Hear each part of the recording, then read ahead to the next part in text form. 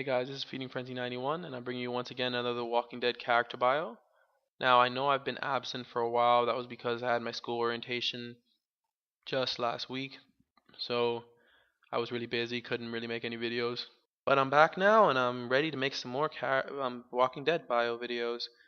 Now, last time we had Mark. Before that, we had Carly and Doug. And going along the pattern that we've been going, the next person in the death list from the group would be Larry. Now, sorry about the picture, couldn't really find another one. Now, let's just start with Larry's basic trait. Larry, he's well, in all honesty, He's kind of a dick. yes, that would probably describe Larry in a nutshell, you know. But Larry is actually a much more complex character than people think. Let's just start with the obvious. You first meet Larry when you go to the drugstore, and he's obvious this guy who just doesn't really like people in general. Okay, that's probably a good description. Now, he immediately doesn't like this group. Then Lee and them step in, you know.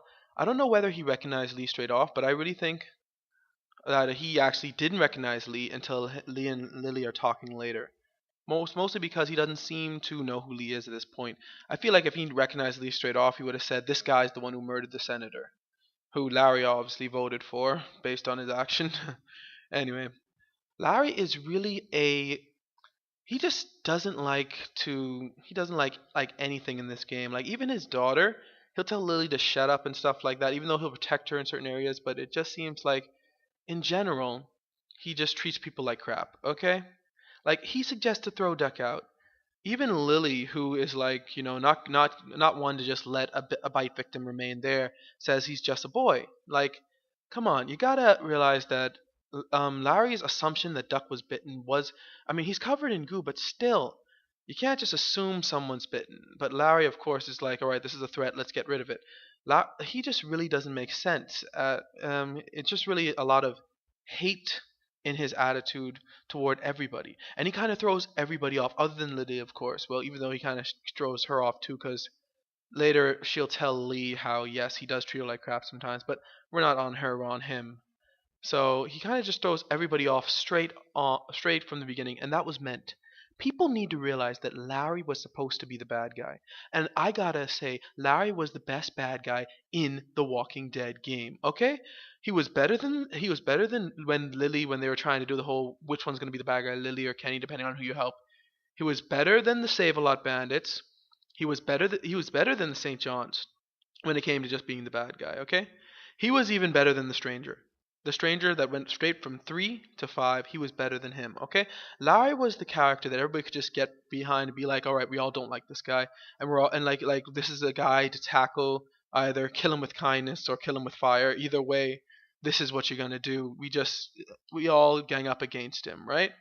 So really, Lowry to me was really needed, and I was really sad when he died because he was the perfect bad guy. Okay, he was the guy in the group that he's kind of like the guy on the TV show that you just do not like, and you always say, man, they need to hurry up and get rid of him, right? But the minute they do, the TV show becomes boring. Why? Because you need a bad guy. It's a game or it's a show. You need someone to be the person who just doesn't like anything you do no matter what you do. You just need that. If everything was happy, this wouldn't be The Walking Dead. Now, even though Larry is a bad guy on the outside, deep down he has a really soft, like candy coated center. Not balloon fishy son of a Alright, really deep down. Like you need a chainsaw or a drill or anything to dig really deep down so you could find Larry's soft center. But it actually shows really early on when he tells Lee that if something happens to Clementine, you better watch yourself. See, basically, why would he care about Clementine? Why would Larry care about Clementine? Unless, like Lily said, he's just protecting himself with this shield, but deep down he really does care about the survivors in this. Now, even though it's really shown, you can see it if you really pay attention in episode 1. In episode 2, it really comes to play. Larry is not as aggravated as he usually is. Larry is he is still a mean guy, but you can tell that Lee's kind of wearing him down. Like if you're nice to him, of course. If you're like just as bad as he is, then he'll still be pretty mad at you. So, but if you're nice to him, you can kind of tell that Lee is getting to this guy. He knows you're just out to protect Lily. He told me so. Just like he's trying to protect Clementine. He... Oh, I just need some food. Going this long without a proper meal make anybody cranky. Yeah, but you were already cranky. Anyway, also, when Lee is on the floor with David or Travis, depending on who you saved, there was a very surprising thing that happened. So I'm just going to show that clip of what happened. Even Lee seemed surprised that Larry saved his life. So, I mean, you gotta ask yourself, why would Larry save this guy? He could have let Travis eat him, and this guy he wanted dead finally gone. But anyway, when Larry gets to the farm, of course he's happier. I mean, come on, he's got Brenda. That you could see that from a mile away that this guy was gonna happen, that was gonna happen. Of course, until he finds out about this. Then comes the dreaded meat locker scene, where you really, it's really a decision that really shocked the nation. Why? Because 68% of people decided to help Lily save Larry. Telltale even said the people who created this game even said that it was fascinating that people took the higher ground. I mean, especially with this decision, Larry was mean to you the whole game, even if you were nice to him.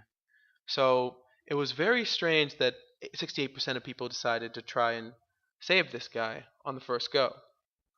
But I think that had more to do with the fact that people wanted to see what would happen if Larry lived rather than if he died. Because I would have loved to see what would happen if Larry had survived past episode 2. And with that guy, they could have done so many things. But anyway, that's not how it happened. Now, once again, with Larry, you have to really pay attention. I'm going to slow the scene down so that people can really see what's going on. When you get to the 4th pump, this is what happens. Right here, Larry starts to talk. Now notice the mouth movement. Larry actually takes a breath. And then wham! So Kenny killed Larry while he was actually still alive. If you actually go to Telltale's forums and stuff, or Walking Dead wiki, they will actually confirm that Larry takes a breath after the 4th CPR like chest pump.